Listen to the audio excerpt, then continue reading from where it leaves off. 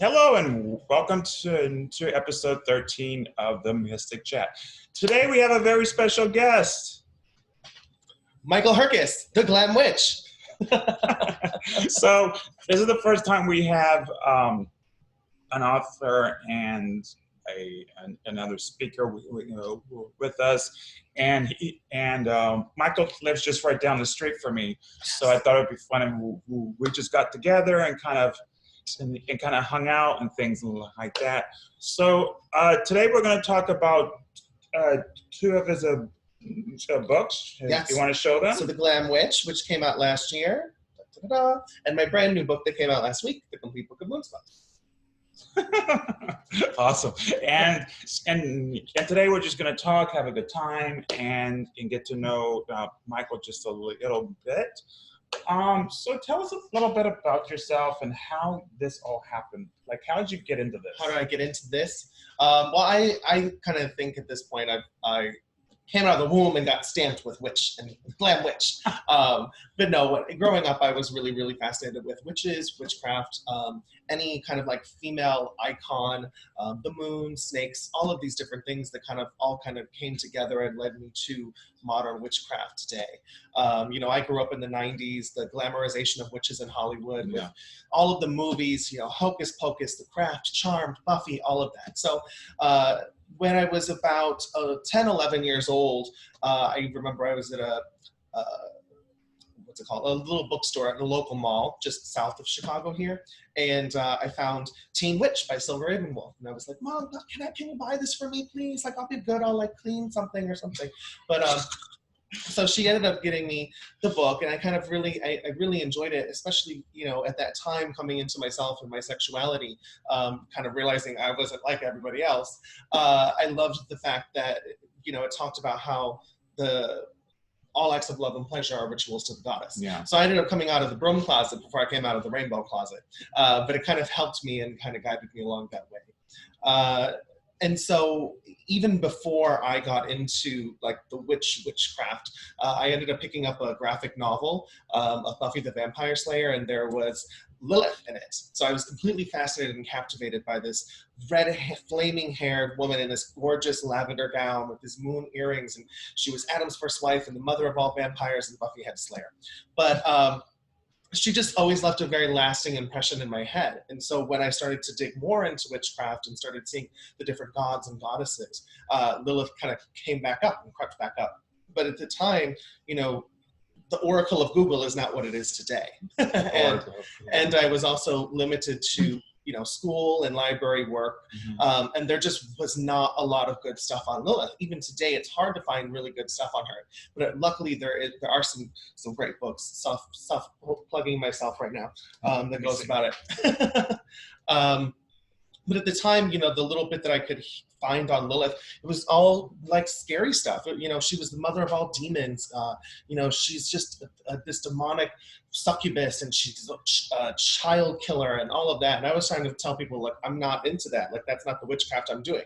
So I ran for the hills. But Lilith kept on creeping up. I mean, I would open up a regular book that I had to read for school, and the character's name would be Lily.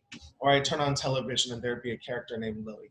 Mm-hmm. And so she kept on calling to me, and I finally had to kind of get out of my own way a little bit and realized, let me see what this is all about here. So I slowly started to respectfully work with her, Right. Doing meditations, doing rituals and ceremonies to her, and having to kind of figure it out on my way, because again, at that time, there wasn't a book that was like, here are Lilith's favorite things, here are her offerings, here's the rituals you do for her. So I had to kind of figure it out as I was going along and kind of using my intuition with that. And so eventually, Lilith just became the central part of my practice, and I've been a devotee of her since. I think she was the one that kind of led me through it all. I mean, just again, looking at all of the different things that I was fascinated with as a child. Yeah. The moon, snakes, women, powerful women, like all Lilith. So that's how I kind of got into it. And then when I moved up to the city about 10 years ago, was it 10? Maybe 11. Hold on, I need water. Sorry, I had to lubricate. But when I moved into the city about 10 years ago, I was really excited because I was like, oh my gosh, I'm going to finally make witch friends. I'm going to have, like, maybe I'll be a part of a coven and I'll do all of this stuff. But I just kept on meeting, like, flaky people or just really hard, like, gatekeeping, like, kind of people. And it really turned me off. So I kind of went back into my solitary bubble and I lived, like, that life for a bit. And it wasn't until I went to HexFest like 4 years ago, and where it was like me really putting myself out in front of people again and seeing just, you know, everyone kind of doing their own thing and just how kind of cool and strong the magical community was. I was like, I've always wanted to write. I feel like I have something to say. I think that people need Lilith right now in this time more than ever. So I started writing, and I was writing for Witch Way magazine. And then that kind of led to my first book, The Glam Witch. So glam because of aesthetic, and I'm very glamorous, and I love makeup and appearance and all of that. But also I use it as an acronym for the Great Lilithian Arcane Mysteries. So the book itself is really an ode to my practice. It's really the documentation of my little solo practice that I've carved out for myself over the years. And I'm just really honored that everyone has loved it and people have wanted more. So that led to this new book, The Complete Book of Moon Spells, which is a little bit less deep, I would say, because this one was like deep, like my super spirituality. But this one is a little bit more, it's fun. It's kind of an ode to like the fun little spell books that I grew up with. And like I enjoyed it. I have to say, when I read the book, I'm a follower of Diana, the goddess of the moon, and I came with it with like an open mind, like I'm without the idea of like, I've been doing this for 20 years. So I was just like, oh, let me just have an open mind. And I was impressed because it had something for every single situation. And I can remember when I started out thinking, oh, I need blank and I can't find a spell. And you have it. You have everything in there. Yeah, and what I love about it, and what's a little bit more unique, is when you hear about moons, or you know, for the few moon books that are out there, you know, they only really kind of focus on the major four. Right. So the new, the full, the wax, and the wane. Like that's it. Maybe you'll get a dark moon thrown in there somewhere. But with this, is, you know, if you really are a lunar type witch, and the moon has been such a heavy part of my practice, I like using all 8 phases because it's a continuous power source. So that's what I kind of did in this book too. So every moon, every phase, all of the 8 phases has its own chapter and spells that kind of correspond to what that energy is. Because we can dig deeper in that whole waxing stage. So you could, you know, you can make decisions, things to do, like decisions and cross I want to say crossroads, but that's not it. Like when you have, so the way that I kind of designed this book was, it's like the full moon, I'm sorry, the new moon is when you set your intention, right? Because it's the new, so that's you're building that. And then when it enters into that waxing crescent, like that's more of a time to take action because it's starting to heat up, right? And that's kind of the classic thing that we think about with the waxing moon. And then when we come to that first quarter part, for that, to me, that's making decisions and making sure that you're on the right path. Maybe you need a little bit of help, like getting, you know, your spells, you know, to really kind of finite and focus on things. So that's a great time to kind of do that as the moon is waxing and getting bigger and larger. And then as it comes really close to the full moon area, that's where you get really specific. So work more specific spells. The full moon, of course, is a time for, I always look at it, and what I wrote about in here is it's a great time to reflect and celebrate, and not necessarily use it as a catch-all for, you know, I'm going to do all of my magic on the full moon. Like sometimes it's not the best to do it because it is so intense and it is strong. So if you're doing maybe like a smaller spell, like, I don't know, something that doesn't need that big oomph, you might end up, it might not be the best time to do it. You know what I'm trying to say? Yeah. And then immediately after that, once it starts to wane, it's a great time to do gratitude. You start actually doing your spells to give thanks for the situation, whether it's even come yet or not, because the more you practice gratitude, the more you become a magnet to pull in really, really great stuff to you. And then, of course, the third quarter, you know, I see that as a time for forgiveness. It's again that double, it's split in half. So that's where you can take the darkness of your pain or whatever and then move that into the light half. And then the waning crescent is, of course, surrender, release, let go. That's awesome. I know on this panel, we have two very, very, very strong feminists. So I want to hear from them. So Yeah. Amy, Laura, what questions do you have for Michael? Well, I have kind of made this observation that Lilith has become this modern feminist icon, the community especially, but her name is kind of floating out there just in general, I feel. And with you being what seems to be she seems to be a patron of yours, I would like to hear what you think is her message. And like I said, she seems to have come to the forefront during these very changing, difficult times that we're in. And I think that's not an accident. So it would be really lovely to hear your thoughts on that as an expert and as being a devotee of her. Yeah. So for me, the reason why I think she's so prominent right now is because, you know, she is really kind of linked to feminism, and that kind of came about in the 70s, the 80s period times. But to me, she's just equality. She's blanket equality for all. It's not just women. It's not just men. It's, you know, if we look at the message that was given to her with the whole Adam stuff, like, no, we're created equal. I'm not less because I'm this. So we're living in these times where we're still having to deal with these prejudice, sexism, all of this kind of crazy stuff, racism, all of that. And that's why I think she's kind of the goddess of our generation right now, because if we call on her and we can kind of bring her in and strengthen, you know, our will with hers, then maybe we can actually kind of move into a place that is built on more of equality. And then aside from equality, her other main area is sexuality.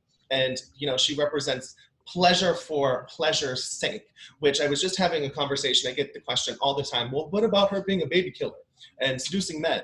And I'm like, well, you have to look at the source of where that was all coming from, right? Right. So, you know, that all came about because she represented sexuality for pleasure's sake, right? And that in and of itself is killing children, right? Because you're not procreating to procreate, like you're not having sex to procreate, you're doing it because it feels good.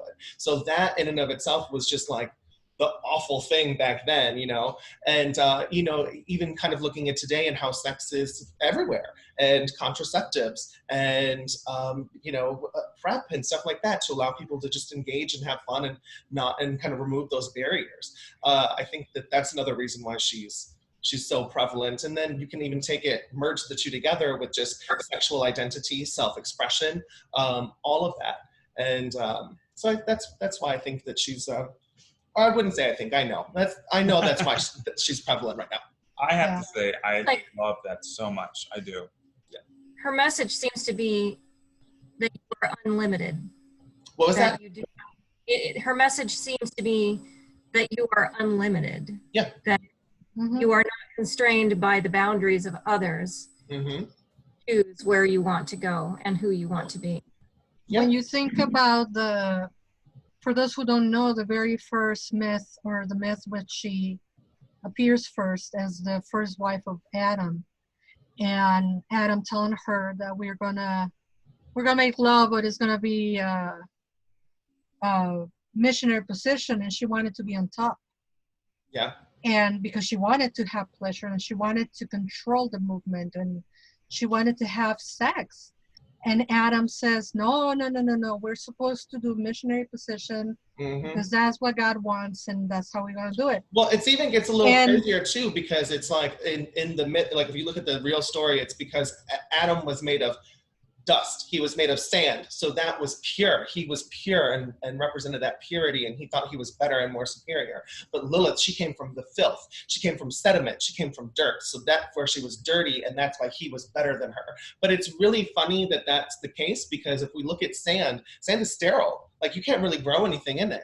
But then if you look at her being, you know, her connection, that filth, I mean, that's nutrients, that's earth worship. That goes back to references to paganism. It's fertility. Yeah, fertility as well.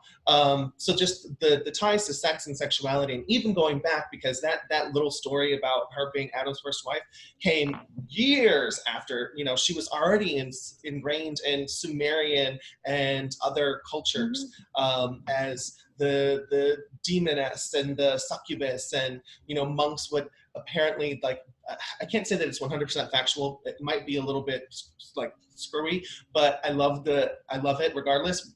There's a lot of places or books that talk about how monks would sleep with crucifixes, like in their underwear, to not have a wet dream, because that was what Lilith was all about. That she would come and give them wet dreams and steal their seed to go and make her demon babies. But 5,000 years ago is when the first records of Lilith are out there, and that's where she's a handmaiden to Ishtar and Inanna's sex temples. So she would go out into the fields and lure in the men and teach them the ways of sex magic and tantric sex and the ways of pleasure for the goddess. Because if you're not aware, Inanna and Ishtar, they're essentially the same goddess like Aphrodite and Venus are. And it's actually a prototype for Aphrodite and Venus, if you look at how it's kind of gone through. But she was the ultimate high-ranking goddess at the time. And she had her high priestess going out and plucking the men to do the teachings. But there's a story that came out in, I want to say it was 2000 BC. And it's a Gilgamesh story. So it's Gilgamesh and the Halupu tree. And that's a really interesting, I'm so fascinated by this story, because in it, Ishtar, this goddess of sex and war, that's just so fabulous and so wonderful, she goes into her garden, and in her sacred Halupu tree, which is basically a white willow, there's a snake coiled at the base. Snakes are her sacred animal to her. There's a bird at the top. Birds are her sacred animal. And then there's Lilith in the middle of the tree. So she starts weeping and crying because these beasts are in her tree. Why is she crying? Like, these are her sacred animals and her high priestess. Like, that doesn't make any sense. So then high powerful goddess calls upon the half god, half human Gilgamesh to come and rescue her and to kill the snake. And, so he does that. The snake gets his head cut off. The bird flies away. Lilith tears down her treehouse and runs into the wilderness. I remember reading that when I was doing my early investigations and work on Lilith, and I was just like, this story makes no sense. Like, none at all. And there's one really, really good book called, I can't think of it, Mysteries of the Dark Moon by Demetra George. And it was the first time ever reading that she had the same thought that I did reading it. It was like, no, that makes no sense. Like, close that up. That is some fictitious, garbage, version of that. Like, that's what the men were trying to tell is what was going on. But she offered another idea too, where it was, Ishtar was at that time not crying out of fear, like, oh God, I don't want these, but kind of rather she had to sacrifice that maiden goddess aspect and get rid of the things that she held sacred if she was going to survive in that new world where the patriarchy was rising. Because I'm a big believer that gods and goddesses, spirits, any of them, they exist with our thoughts and how we act to them. So, it's kind of like celebrity culture where anything, like, as long as you're being talked about, you're good. Like, you're surviving, right? And with Lilith, it was such the case because she's taken on every single name in the book.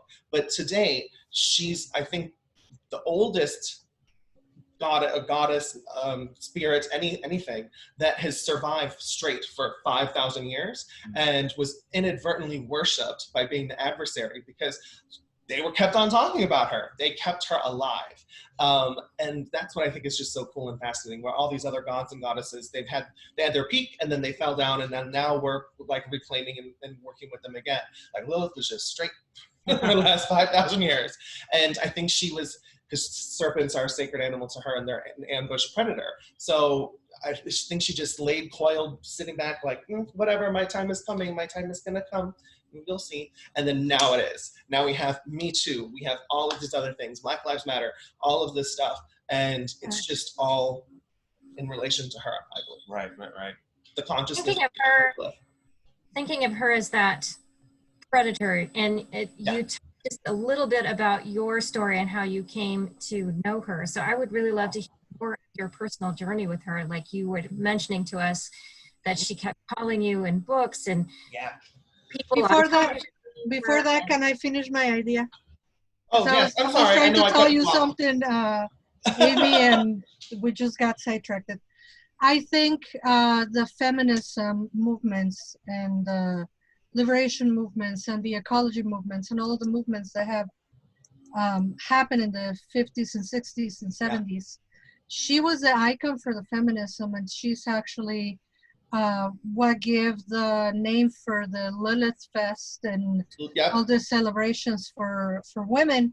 And I think the first generation feminists and the people in the world did not understand back then that feminism meant equity and justice and, you know, social justice for all people.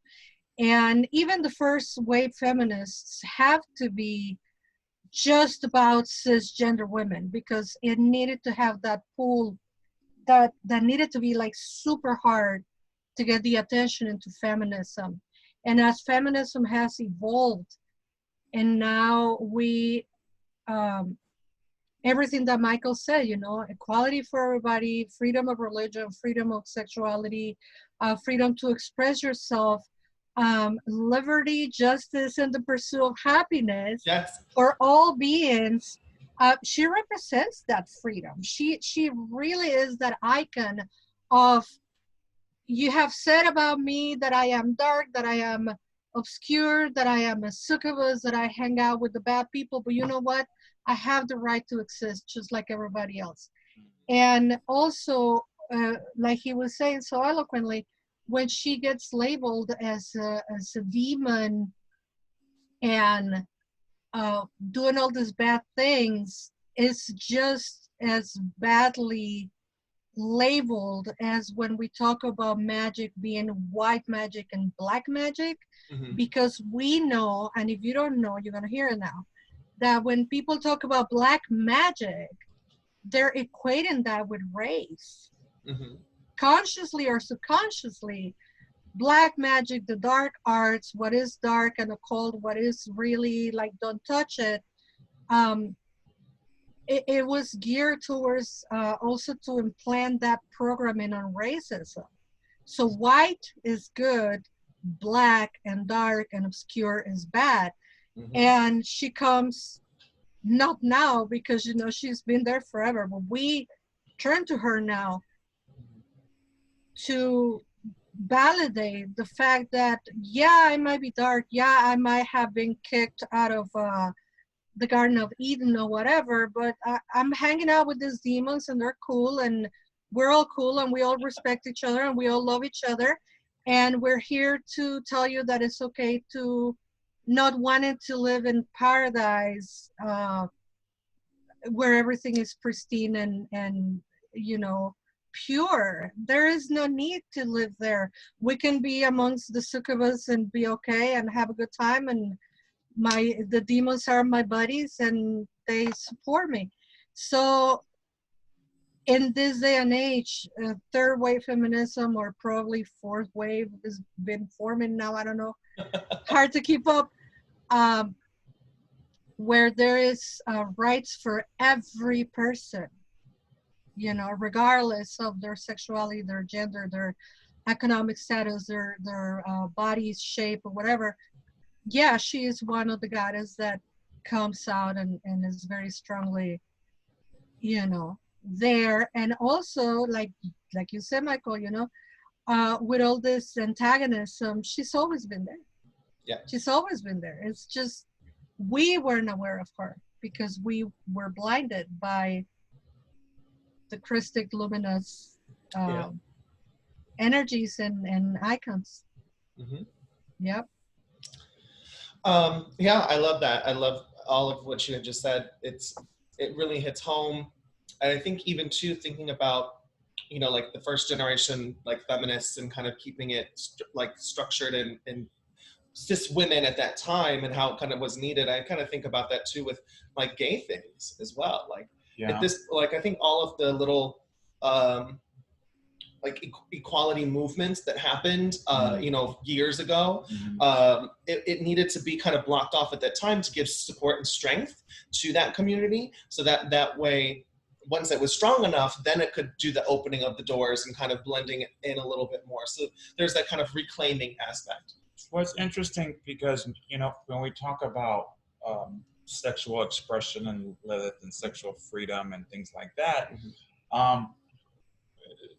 we're still talking about it. You know, I was thinking just the other day, like, you know, we started these conversations. Actually, these conversations started in the 1800s, but then the McCarthyism happened. That's a whole other thing. But anyway, it re-emerged in the 60s and 70s and 80s and 90s. And my God, it's like, I mean, we've come a long way. Like, since you brought up the gay thing, it's like, it isn't about, it's always about sex. Never mind gay, straight, lesbian, bisexual. At the core, it's the problem is sex. I mean, that's what people have the problem with. Yeah, you know? Totally. Sex is the problem. That's why she was seen as such that horrific thing. I mean, again, going right back to the first little documented records that we have of her being the high priestess that would go out and bring everyone into the brothel. Like, sex was such, it was different during that time when we were in that more matriarchal society. And then this patriarchal toxic BS happened, and it's been going on for the last hundreds of years. And I feel like we're at this kind of shift that it's trying to balance itself out. And again, that's why I think that it's really important to start kind of looking at Lilith and giving her a little bit more of a chance. Because, you know, and this is a thing, this is kind of going into Amy's question, you know, to me, Lilith has always played with the media. Like, she's always really kind of relevant in shows and movies. She has been. It was kind of weird too, like the first ever movie that was made of her, which is so like corny and like it's a bad horror movie, but I love it. It's called Night Angel, and it was written, it came out the year that I was born, which I just think is hilarious. And in it, Lilith is back and she's ready to take over the world, but she's taking it over with glamour. And she wants to take over a woman's fashion magazine and empower the women to just kill all the men. And like have the men just go, yeah, it's amazing. But like, it sounds like a love story to me. Like I would love for it to be like remade. Like that's one thing that I would be like, that would be a good remake now that like we have better quality of things. But you know, some of the first things that I had seen her in, so clearly the Buffy comic book, but then we had like Bordello of Blood that really featured her. You know, recently too with the Chilling Adventures of Sabrina. I just was thinking that. She has a major character in that, which was amazing too, because I'm like, here she is again, like right now, she's putting it back out there. And the interesting thing about her that I've learned too is, you know, well, it's in history, like she's a shapeshifter. You know, she was this serpent that went back to the garden and tempted Eve. You know, she changes shape and form. So I think a lot of people actually are probably working with her, but they just don't realize it yet because she likes to mask herself as other deities. Because there's some people I know who are like, oh yeah, I'm working with so-and-so. But I'm like, no, you're not. Like, I know it's Lilith, but that's fine. Like you haven't figured it out yet, but you will. Because she's got such an interesting, intense energy. And I can feel it clearly because I've been working with it for so long. But when I was trying to develop my practice, you know, I kind of mentioned earlier, it was hard to figure out, you know, well, how do I honor you? Like, there's only protection spells against you. Like, so what am I going to do?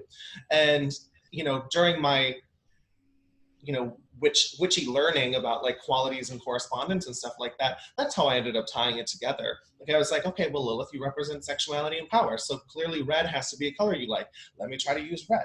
Okay, it works. Cool. Let me try using blue, for example. No, you don't like that. The candle just won't even light. The altar gets like messy. It's nasty. It's not cute. So like it was kind of trial and error. And one of the big things that I like to give her as an offering now are red roses. And I've tried different colors and like, the reds are always great, but her favorite is like the hot pink fuchsia roses. And I say that it's her favorite because, you know, if you've ever bought like flowers from Jewel here, you know that they have like a little expiration date. So you get and it's like, it lasts for about a week.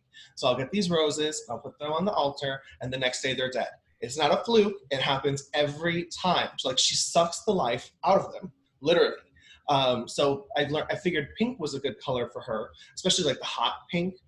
Because it's glamorous. Pink is this standard feminine color too, and then it's also just a shade lighter than red. Like it all leads back to red. So anything in the red shades are like the colors that I associate with her, and then that transcended into crystals, red crystals, Yeah. crystals that help with sexuality, empowerment, black things as well, because she represents night, and she represents that darkness. A lot of times you'll see that she's referenced as like a goddess of the waning moon or the dark moon. She's a dark goddess, dark moon. But I really feel her presence the most during the full moon. Right. And yeah. if we look at like some of the stuff that's been written about her, I mean, she just represents the moon itself. So it's, that's why I don't like try to pin her on like is to one right. like moon phase. Mm-hmm. It's all of it. It's constant change, because Lilith is constantly changing and transforming, just like the moon. Speaking of pinning something on her, two things. Highly recommend Lilith's Awakening. It's a movie by Monica Demes. It's on Amazon Prime, and it's called Lilith's Awakening. And second, comment/question, what about Lilith being pinned as the queen of the vampires? I used to frown upon that because there was no vampires as we know them now 5,000 years ago. But as you said very nicely at the beginning of the show, Chris, it's good to have an open mind and to kind of like go with what's new and how people are seeing things evolving. So I'm like, you know what? If she's gonna be the queen of vampires, why not? I would love. Exactly. The whole reason why that came to be was, so there's some people that think that she either was this goddess named I'm gonna say it wrong, Lamashtu, and or that was like a sister being to her. So Lamashtu, she was the goddess, like her only duty was to kill children. She was the goddess of population control, essentially, in Sumeria. And she was connected to the wind, and so is Lilith and her name and all of that. But Lamashtu would drink the blood of children. Like, she was just kind of known for that. So because she was, closely tied in with like the names Lamashtu, Lilitu, because Lilith's original name is Lilitu. So they saw that kind of connection, and she was already being pinned on for sex and everything else. So it's just kind of like, well, she's a blood-drinking vampiress too. Like, she literally just got all of the names. It's really not a fun story. Like, there's no great vampire lore like Elizabeth Bathory or some other kind of stuff. It's very simple. They kind of copied and pasted it from one deity or spirit onto another, and was like, yep, we're going to give you that too. You're going to take that. Well, it's actually not very unusual, because in older times, and animals do this too, they eat the placenta once they've given birth. And in older times, actually, it was not uncommon for women too to eat the placenta. Like, that's something that happened. So maybe when they're making the reference of eating children, they're not referring to the actual child, they're referring to the afterbirth, the placenta. Ah, that's a good point too. And then I'm just struck with the idea of the drinking of blood and the eating of children, because there are beings throughout history of folklore where they feed on blood. So for example, I can think of one right off the top of my head. In Celtic mythology, in fairy lore, there is a being called the red caps, and why their caps are red is because they excise what's no longer needed. They are the ones that go in and do the population control, like you were mentioning. Yeah. And when they kill their victim, they dip their hats into the blood of their victims. And it's kind of a sense of honoring, in a way, to honor those that they've killed. It's a good death, and so thusly you've been honored, and I wear your blood on my head. So it seems to me like this might have been, this practice, it seems so hellacious in our modern context, but in an older context, that wasn't necessarily this horrible and revulsion thing that was happening. It was something that was very much a part of the world and context. Yeah. And even too, like I talk about it in the Glam Witch, like in my whole section that talks about different like offerings and correspondence and things that are connected with her. Like, blood is clearly one of the pieces to it. I mean, blood is just essential life force, so that's it's tied into all of her mythologies as well. Especially like menstrual blood or even semen, so sexual type of fluids are huge for her. And meat, like I've given her raw meat, like meat as offerings and stuff like that too. Because if you think about it, I mean, she's kind of like Pan, but the female Pan, like she's half animal, half woman, like she's the lady of the beasts, if you will, in some references, and she's connected to owls and snakes, and they're meat eaters, like they are predators in that sense. So I was like, well, maybe that's something that you would enjoy. So I found that that's something to sometimes put out on special days and stuff. I think you said something that just clicked in my head. Like the female version of Pan, and it's interesting how mythology and magic, we're fine with. It's like the Horned One, Carnunos. We're fine with Pan, but as soon as we say a female deity who's like an animal, all of a sudden people get all upset again. It's like, well, because Pan, sometimes in paganism we have this idea that Pan was like nice and cuddly and fertility, but not so much the word pandemonium and pandemic all come from him, because when you saw him in the forest, he was very frightening and he could kill you. And so we'd like to soften things like that. But for a female deity to be a beast or to be a shapeshifter or to be an animal, oh no, we can't have that because that's a masculine trait. Yeah. I like the idea that she said, screw you to that. I'm going to do what I want. If I'm going to be an owl or a snake, I'm going to do that. That's fine. You clearly have never seen me upset. And I don't want to ever see you upset. Not ever. That's a good point. I think putting women on a pedestal is very much an aspect of controlling women. Yeah, because absolutely. you put a woman up on a pedestal and you make her into this queen, this princess, that especially in modern times, oh, he should treat you like a queen. Wait a second. A queen is a picture. She has to maintain a certain image. She has to be pristine. Like the filth that Lilith is made of, like you were talking about earlier, is that you can never even muss your dress. And God forbid you have to step off the pedestal to use the bathroom. Yeah. Appropriate. Totally. And so the idea of making women into these objects and placing them on the pedestal and making them into these queens and princesses, it's a mode of control. And it's like that Lilith being of the earth and of the dark and being that fuel of nutrients and blood, she is just the opposite of that. Yeah. And that makes so much sense now why she's such an icon of feminism, is because she is trying to get us to get off the pedestal to who we are and not who someone else wants us to be. Yes, especially And that also, last line. That's real important right there. Say it again. And also, what was the She last wants line us you to said? step off the pedestal and be who we are and not who someone else wants us to be. Yes. and I think also that equality comes from so strong with her, because on the tale of her being the first wife of Adam and all that, God cries, God, the main guy, tells her, obey your husband or you're going to be evicted from paradise. And she's like, I don't care. Well, you got to obey your husband or you're going to be evicted. And she's like, fuck it, I'm leaving. You cannot tell me I'm evicted. I'm leaving. So she leaves.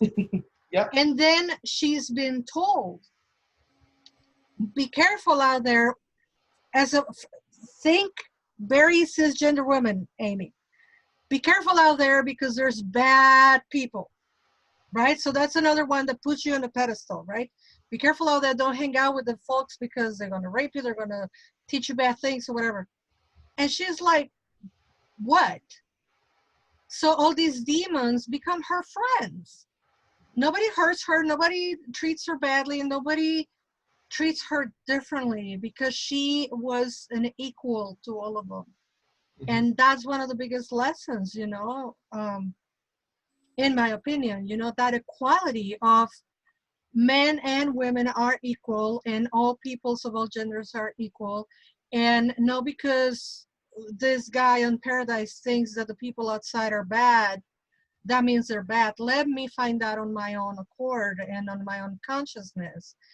And stereotype, that's why I hate stereotypes so much, because all them stereotypes of being on a pedestal, not using the bathroom, not saying bad words, so not getting mad, even the feelings of anger or assertiveness or sexual desire, for eons of time has been treated as these are masculine traits. And Lilith comes to say, like, wait a minute, those are traits that have no gender. Exactly. Yeah. And another thing I kind of want to bring up too is, like, I loved what we were talking about just a couple of minutes ago about how her being like that earth and that nutrients and being that kind of icon of that strip away, like feminist icon. And then there's also people who kind of work with her in like that very dark, angry, primal, like rebellion type of a thing. And so there's so many different ways into working with her. She's got so many different faces. And my personal work with her is so much more Venetian. Like I do kind of see her connected a little bit to Aphrodite. And even if we look at, how Inanna and Ishtar became Astarte, and then that turned into Aphrodite, the link is there. I don't see Lilith as being connected to like romantic love, but she is a goddess of unapologetic self-love. And also the love of others, So if you've ever seen like the show American Gods, there's a character on it named Bilquis, and Bilquis is essentially the Queen of Sheba, who was one of Lilith's epithets as well. And in it, it's really, really, like, I love that representation of her because she's like this sex demon. Like she has sex with anyone, and then they just get sucked up inside of her into like bliss. But it's like they've expanded her story so much more, where she's kind of like the bridging of the gap between the bad guys and the good guys. Like she's not on any side. She's the kind of bridge in the between that can kind of bring the peace and that equality that comes from that.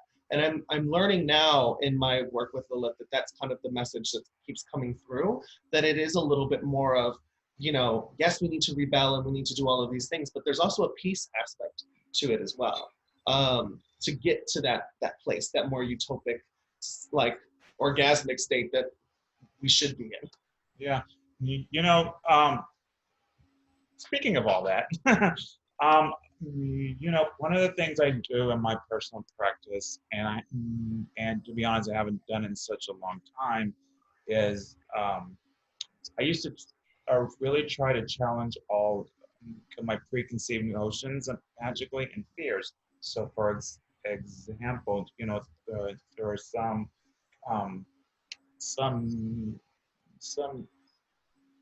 practitioners who say, whatever your fear is with sex, go do that, and then expand your consciousness. And that doesn't mean go hurt yourself. It doesn't mean do anything illegal. It means if you have these like boundaries of, I can only do blank, I can only do missionary, I can only do the kiss, then try to expand yourself, face those fears, face those issues. Be a trisexual, try anything at least once. Well, I'm going to just put the caveat to that is, okay, Laura's over here cracking up. You can't see her, but she's dying. But anyway, I want to say, as long as you take care of yourself and have responsibility of yourself and the other person, how I've always said this, you care about all people, but the other person has to take responsibility for themselves. Like you can only do so much. I can only take care of a partner or whatever so much. They have to be responsible. What that means to me is if they don't like something, I have to say it, And I do think, like, sometimes I've been in situations, not to do TMI or whatever, but I've been in situations where I'm like, whoa, I don't like this. And then I'll say, do I not like it because it's new? Or I don't like it because me as Chris, of who I am, I don't like it. Yeah. And so I'll challenge myself and I'll say, and I can say that about anything. I can say that about jobs, about magic, about people. There's some people food, especially. There are some cocktails. I'm like, oh, this is gross. I actually had a boyfriend years ago. He was Italian. I know it's shocking for everyone to hear Chris that. has a tie. I have a type. So he used to say, when it comes to a wine, you ever say you hate the wine in the first taste, you have to try it 3 different times. Before you can say, I don't like it. Mhm. The reason is the first time, this is new, this is weird. The second time, it's still kind of weird, but I'm getting used to it. The third time, you're like, oh, this is delicious. Yeah. So you can do that with your magical practice. Yeah. In fact, I was just going to say, if you have a person who comes to you and say, hey, I'm hearing all these great things about, the Glam Witch and Lilith, but I've been told my whole life how it's scary, it's bad. What would you tell that person to get out of that fear? So I get this question actually a lot, and someone just wrote me the other day about it too, and it's kind of similar to yours. Like I was just saying, why are you scared? Like let's break it down a little bit more. Yes, you're scared, but what about it is that's scary? Oh, well, it's because she was a child killer. Okay, well, actually, let me tell you how it really is.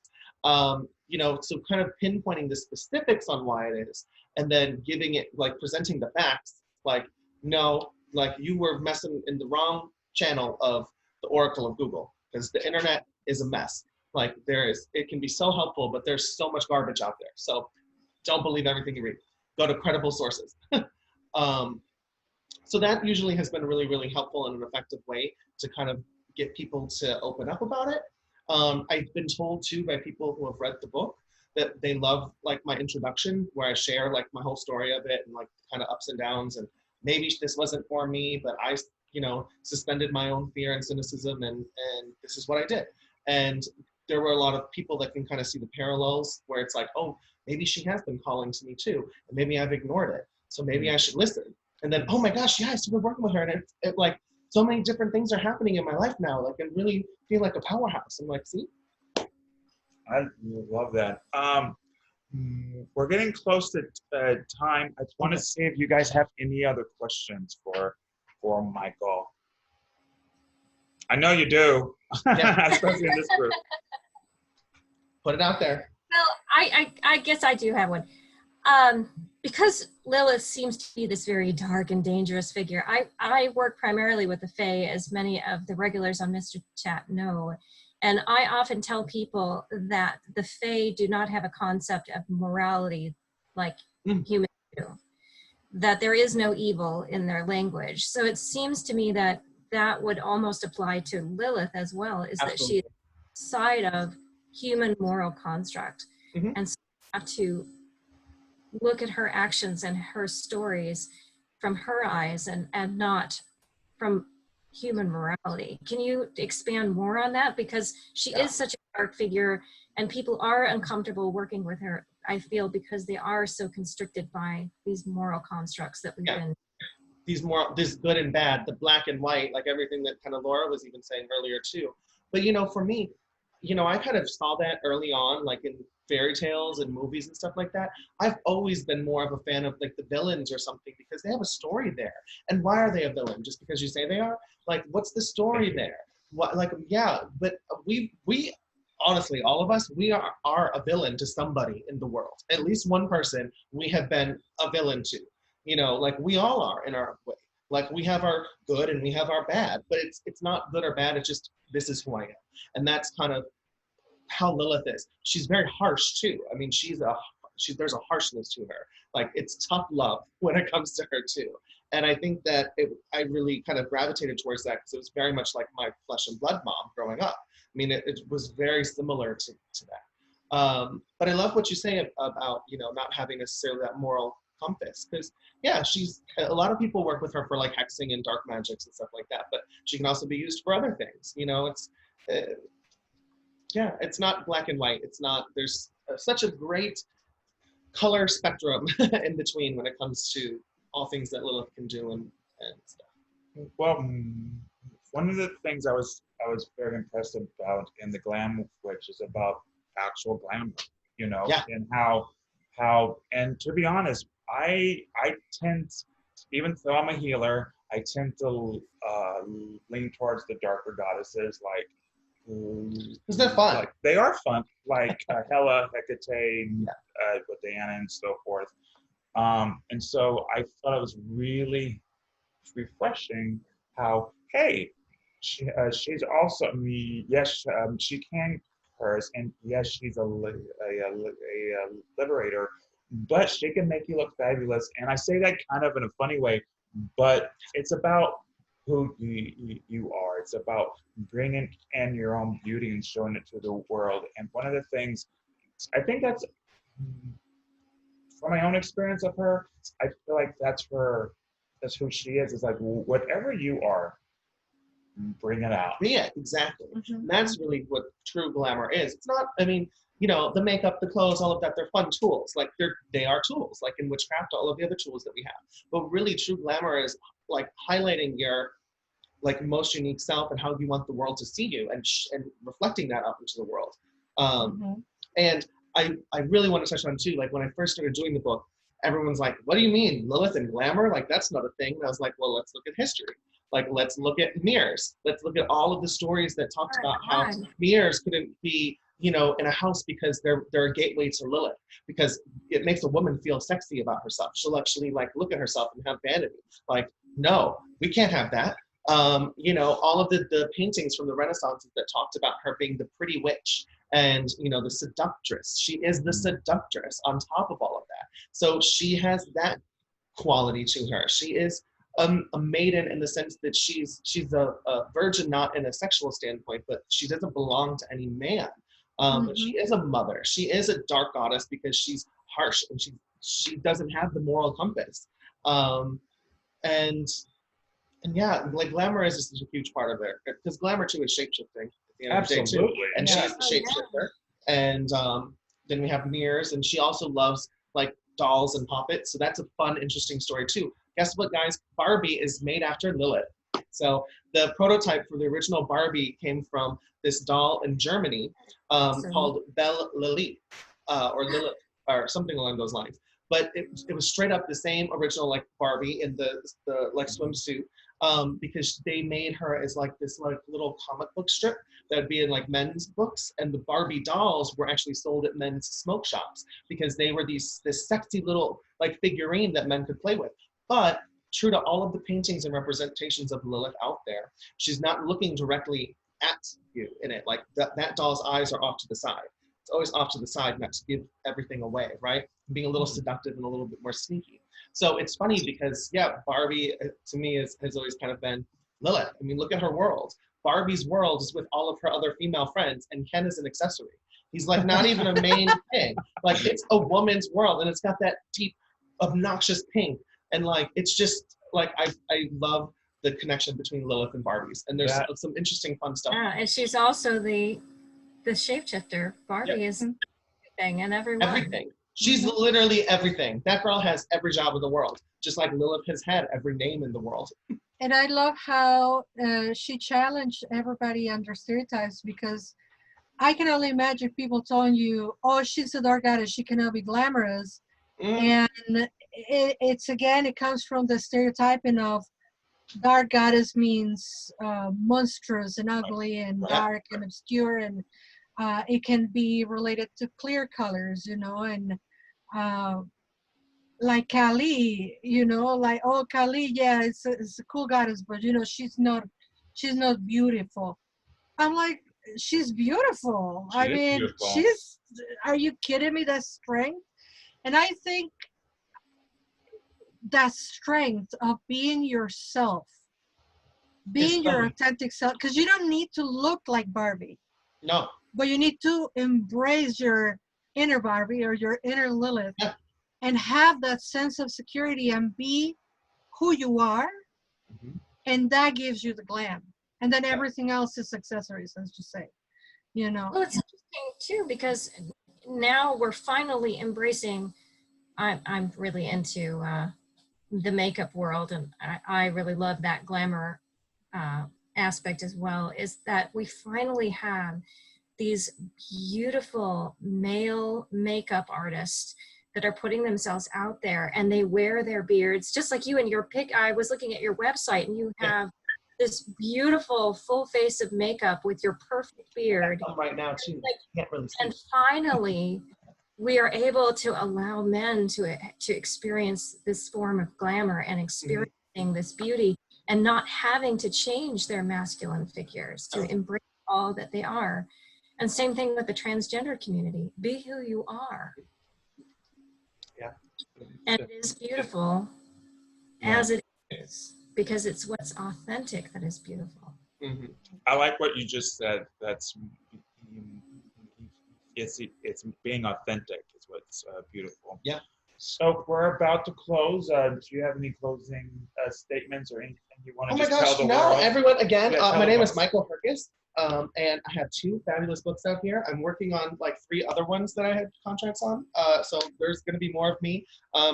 Follow me at the Glam Witch, at the .glam.witch on Instagram, and my website, www.theglamwitch.com. And you'll see all of the different events and stuff that I have going on. I've signed up to do a couple of like streaming ones in the next couple of months, and so I'll be a presenter at HexFest next year too, which will be really fun. So stay tuned. Thanks for joining. Get my books. That's awesome. Okay, so we're going to just close it down, and then once we stop recording, we'll open it up to questions. Thank you everyone for tuning in. You can find us on YouTube. You can find us on Spotify podcasts and iTunes podcasts. All right, until next time, we shall see you